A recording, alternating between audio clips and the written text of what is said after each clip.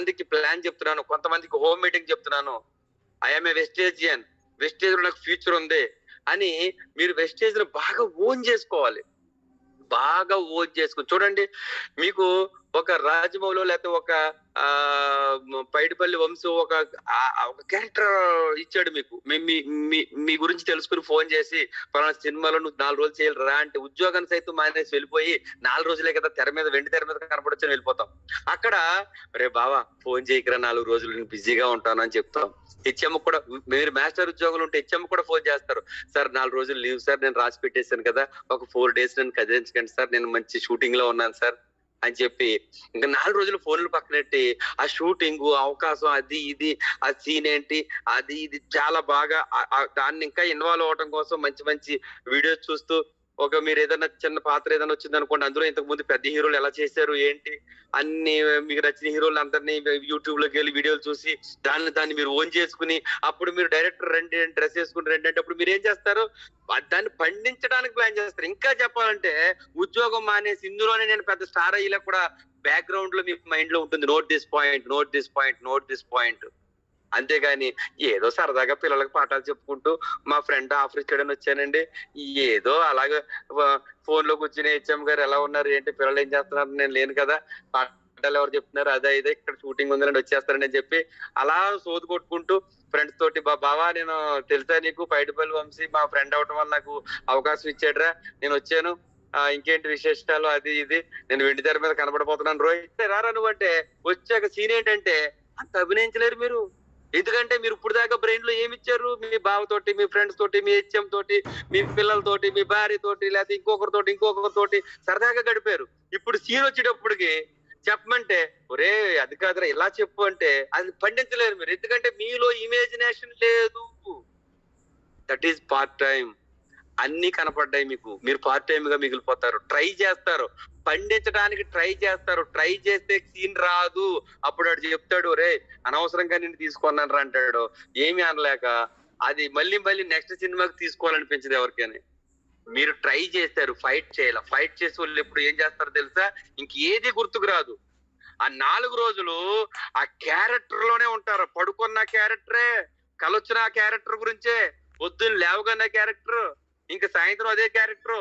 మీరు కంప్లీట్ చేసుకుని ఇంటికి వచ్చేస్తున్నప్పుడు కూడా ఏం క్యారెక్టర్ అసలు నేనేనా అని ఒక ఫీల్ అవ్వాలి. అది ఫైట్ చేయటం అంటే, క్యారెక్టర్ లో ఇన్వాల్వ్ అవటం అంటే. అలాంటి ఒక అద్భుతమైన క్యారెక్టర్ లో వెస్టేజ్ అనే క్యారెక్టర్ లోకి రాగలిగితే మీరు ఫుల్ టైం చేస్తున్నట్టు లెక్క. మీరు చేసేది గంట అయినా పర్వాలేదు, మీ జాబ్ కే పట్టరాదు. ఫుల్ టైం అంటే స్మాల్ టైం యాటిట్యూడ్ అంటే ఇది. ట్రై చేయొద్దు, ట్రై చేసే బిజినెస్ కాదు. డిసిషన్ తీసుకోండి. మీరు వెస్టేజ్ లో లేదా డైరెక్ట్ సెల్లింగ్ లో మన భవిష్యత్తు మార్చే ఒక అద్భుతమైన అవకాశం డైరెక్ట్ సెల్లింగ్ లో ఉంది అని మీరు విశ్వసించగలిగితే ఇంతకన్నా నా జీవితాన్ని మార్చుకోవడానికి మంచి అద్భుతమైన అవకాశం రాదు అని ఎవరైతే అనుకుంటారో వాళ్ళే ఈ బిజినెస్ ని ఫైట్ చేసి ముందుకు తీసుకెళ్ళగలరు. ట్రై చేసిన వాళ్ళందరూ వెనక్కి వెళ్ళిపోయారు. 6 years ఎక్స్పీరియన్స్ తో చెప్తున్నాను, ఫైట్ చేసినోడే ముందుకు వెళ్ళాడు. తప్పే ఉందండి, పోరాడితే పోయేదేముందని శ్రీశ్రీ గారు రాశారు. పోదాం పైకి అంటాడు, పోరాడితే పోయేదేముంది, బానిస సంఖ్యలు తప్ప. అలాగే మనకు కూడా ఎన్నో రకాల ఇబ్బందులు, నీడ్ ఆఫ్ మనీ, డబ్బు కావాలి, ఫైట్ చేయాలి డబ్బు కోసం, ట్రై చేయకూడదు. అదే బాలి సార్ చెప్తున్నారు, this is not a trying business, this is a fight business. Decision తీసుకునే business, that is small time attitude. సమయాలోచన చిన్నదిగా వద్దు. పొద్దున్న ఒక ఆయన చెప్తున్నాడు, మీటింగ్ కి వెళ్ళని పంపితే నేను ట్రై చేస్తాను సార్ అంటున్నాడు. ట్రై చేస్తాడట. ట్రై చేస్తే డబ్బులు వస్తాయా? ఫైట్ చేస్తే వస్తాయి. ఎస్, చిరంజీవి మెగాస్టార్ అయ్యాడండి, ట్రై చేస్తే రాలా. ట్రైనింగ్కి వెళ్ళి ఎన్ని అడ్డంకులు వచ్చినా ఫైట్ చేస్తే మెగాస్టార్ అయ్యాడు. జగన్ సీఎం అయ్యాడు, ట్రై చేస్తే అవలా. ఆంధ్రప్రదేశ్ రాష్ట్ర ముఖ్యమంత్రి వైఎస్ జగన్మోహన్ రెడ్డి అని బోర్డు ముందుగానే రాయించుకుని పెట్టుకున్నాడు. That is fight. KCR Telangana రప్పించాడు, ట్రై చేస్తే రాలా, ఫైట్ చేశాడు. చనిపోటాకైనా రెడీ అనుకున్నాడు, ఫైట్ చేశాడు. గాంధీ గారు స్వతంత్ర సమరయోధుడు, స్వతంత్రం కోసం ఉప్పు సత్యాగ్రహం చేసి 42 రోజులు తిండి తిప్పలు లేకుండా చనిపోయినా పర్వాలేదు బ్రిటిష్ చేతిలోంచి నా దేశాన్ని రక్షించాలనుకుని ఫైట్ చేశాడు తప్ప ట్రై చేయలేదు. ఇలా చెప్పుకుంటూ పోతే ఎన్నెన్నో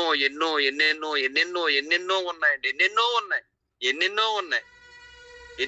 ఉన్నాయి. లక్ష్మీ పార్వతి చేతుల్లోకి మన తెలుగుదేశం పార్టీ వెళ్ళిపోతుంటే ట్రై చేయలేదు చంద్రబాబు నాయుడు గారు. ఫైట్ చేశాడు. ఫైట్ చేసి ఆ పక్కకి వెళ్లకుండా ఆపాడు. టుడే బతుకుందంటే కారణాలు ఎట్లాంటివే. ట్రై బిజినెస్ కాదు, ఫైట్ చేసే బిజినెస్. ఫైట్ చేయాలి. Note this point. Yes, that is small time attitude. చేసే గంట అయినా ఫైనల్ గా చెప్తున్నానండి, 5 నిమిషాల క్యారెక్టర్ పెదరాయుడు సినిమాలో రజనీకాంత్ క్యారెక్టర్. అక్కడ ట్రై చేయలేదు, ఫైట్ చేశాడు 5 నిమిషాలు. బొమ్మ తెర మీద ఉన్నంత సేపు మనిషి దడలాడించాడు. గమనించండి పాపారాయుడుగా. That is fight. చేసి 5 నిమిషాలైనా సరే క్యారెక్టర్ న్యాయం చేశాడు. అంతేగాని ఒరే మోహన్ బాబు, ఒరే అంటే ఒరే అనుకుంటారులే వాళ్ళిద్దరు. ఒరే మోహన్ బాబు, నాది ఏదో 5 నిమిషాలే కదరా, అంతా నీదే కదరా, చుట్ట నువ్వే ఎగరేయాలి, తువాలు నువ్వే తిప్పాలి, నువ్వే పంచి కట్టాలి, నాదేముంది 5 నిమిషాలు పాపారాయుడుగా కనబడతాను, వచ్చి వెళ్ళిపోతాను కదా, నన్నెవడు చూస్తాడు 5 నిమిషాలు, సినిమా అంతా 2.5 గంటలు నువ్వే కనబడుతున్నావు, నువ్వే ఉండాలి, నేను డామినేట్ చేస్తే మళ్ళీ సినిమా ఆడదు అని ప్యాంటు షర్ట్ తో వచ్చి ఏదో పాపారాయుడు గారు 2 డైలాగులు చెప్పేసి వెళ్ళిపోతే, పెదరాయుడు హిట్ అవునా సార్? ఎవరి పాత్ర వాళ్ళకు ఉంది కాబట్టి 5 నిమిషాలు మెరిపించాడు. మనం చేసేది గంట అయినా గాని మీరు పెదరాయుడు సినిమాలో పెదరాయుడు క్యారెక్టర్ లాగా ఉద్యోగం చేయండి, పాపారాయుడు క్యారెక్టర్ లాగా వెస్టేజింగ్ చేయండి, కానీ పాపారాయుడు లాగా కనపడండి అంటాను నేను. అది నేను చెప్పేది. అందరికి అర్థమైంది అనుకుంటాను. నెక్స్ట్ థర్డ్ పాయింట్ వచ్చి థింకింగ్ యువర్ ద ప్రాబ్లం. ఆలోచించడమే పెద్ద సమస్య. ప్రజలు ఒప్పించేటప్పుడు మీ అందరికి తెలుసు నో చెప్తారు, మనకి నో చెప్పకూడదు. ఎంత మైనస్ అంటే నాకు కూడా కొంతమంది నో చెప్పినప్పుడు చాలా పెద్ద ఫీల్ అయిపోయాను, క్విట్ అయిపోదాం అనుకున్నాను ప్రామిస్ గా. నాకు ముఖ్యంగా నేను ప్రీవియస్ గా చేసి పని చేసిన వాళ్ళు పరిచయస్తులు ఉంటారు. నేను పెద్ద ఎగ్జైట్ అయిపోయి నా ప్రీవియస్ గా ఎవరైతే ఉన్నారో అనంతలక్ష్మి మేడం తెలుసు, ఈ గ్రూప్ లో ఉన్న వాళ్ళలో వాళ్ళ దగ్గరికి వెళ్ళి నేను కొంతమంది దగ్గర వెస్టేజ్ గురించి చెప్తే నన్ను ఎంత చీప్ గా చూశారంటే అసలు జాయిన్ అవ్వకపోగా ఇంకా చీప్ గా మాట్లాడారు. నేనేం చేశానంటే తెలుసా, ఛీ అంత అవసరమా మనకి, ఐఎమ్ సారీ, ఒక వర్డ్ మాట్లాడతాకి నేను ఇష్టపడిన అయినా మాట్లాడుతున్నాను. ఇంత బతుకు ఇంటి వెనకాల సచ్చాడు అనేది సామెత ఉంది కదా.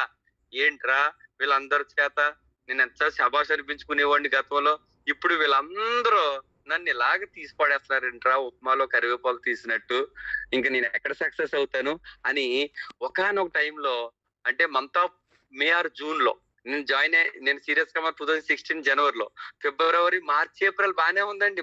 మే వచ్చేటప్పటికి కొంతమంది మాటలు నన్ను క్విట్ అయిపోదామా అన్నంత ఇదిగా వచ్చేసాయండి. అలాంటి సందర్భంలో నేను మా అప్లైన్ కాల్ చేశాను.